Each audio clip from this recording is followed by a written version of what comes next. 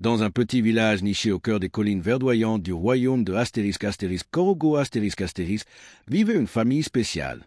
Chaque année, ils entreprenaient un voyage sacré pour célébrer Noël dans leur village natal. Mais cette année-là, tout allait changer, à cause d'un secret sombre d'une vieille rancune. Prêt à découvrir comment Mama Adjoa une femme ordinaire, est devenue le bouclier de sa famille face à une menace invisible, plongeons ensemble dans cette intrigue palpitante. Fusée. Le matin du départ, l'air était chargé d'excitation mais aussi de tension. Monsieur Quam le père de famille, était pressé et agacé par les préparatifs. Nous n'avons pas toute la journée, cria-t-il en chargeant les bagages dans le bus. Ses enfants, Amani et Kofi couraient joyeusement autour de lui, insouciants des nuages orageux qui s'amoncelaient. Mais Mama Adjoa, calme et silencieuse, sentait que quelque chose n'allait pas. Elle avait prié toute la nuit, demandant protection pour ce voyage. Son mari, sceptique, balaya ses inquiétudes d'un revers de main. Ce sont juste des superstitions, dit-il avec un sourire narquois. Pendant ce temps, loin dans le village qu'il s'apprêtait à visiter, une vieille femme nommée Mama Abla trônait devant sa maison, observant la route poussiéreuse. Elle serrait dans ses mains un talisman ancien, symbole de son pouvoir occulte. Depuis des années, elle nourrissait une rancune tenace contre Quam et sa famille. « Pourquoi viennent-ils ici chaque année comme si ce village leur appartenait » murmura-t-elle, ses yeux brillants de colère. Avec l'aide de ses amies sorcières, elle décida de lancer une malédiction mortelle. « Ils ne verront jamais ce village vivant, déclara-t-elle froidement, tandis que les autres femmes ajoutaient des cendres et des herbes dans un chaudron bouillonnant. Le bus partit enfin, emportant la famille vers leur destination. À l'intérieur, Mama Adjoa sentait un poids oppressant peser sur son cœur.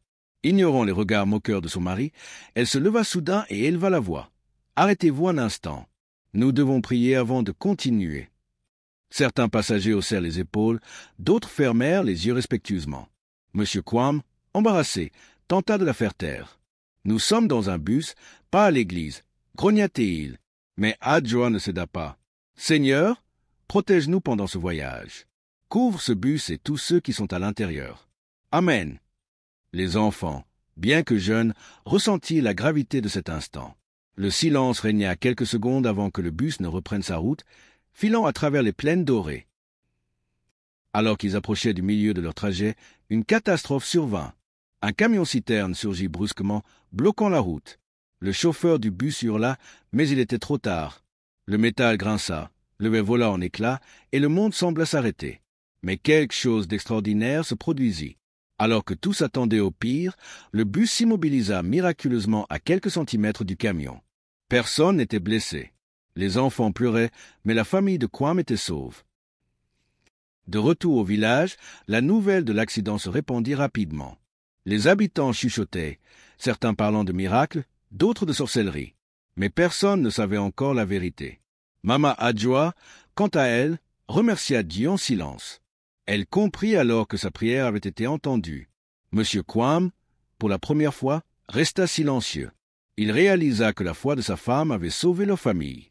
Cette nuit-là, il s'agenouilla à ses côtés et pria avec elle pour la première fois depuis des années. Des années plus tard, Quam revint au village avec un cœur humble. Il rencontra Mama Abla, désormais âgée et repentie.